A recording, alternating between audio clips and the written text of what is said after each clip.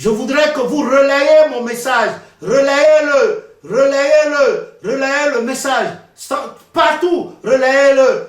Les gens de l'église, du christianisme céleste. Les gens du dehors, écoutez, relayez-le. Surtout, encore, je reviens à Ézéchiel 18:2, évitez les raisins verts.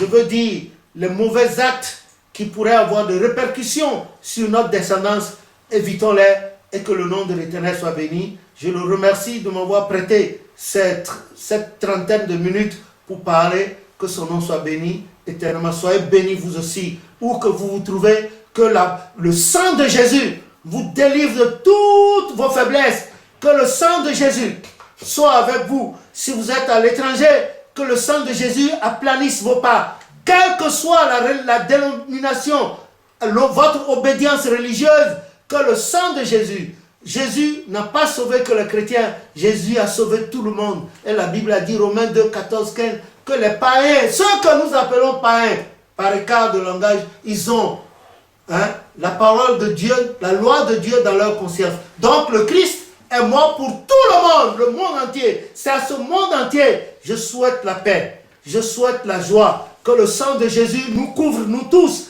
que le sang de Jésus nous sépare des forces du mal, que le sang de Jésus bénisse tous les pays d'Afrique et ses populations, que le sang de Jésus bénisse les pays dans lesquels nous sommes, que le sang de Jésus prête son assistance à nos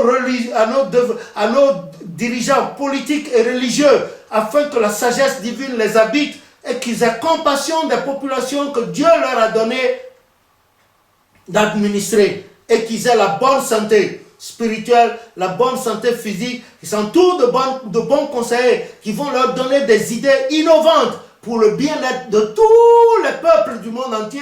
Au nom de Jésus notre Sauveur, Amen et merci à vous. À tantôt.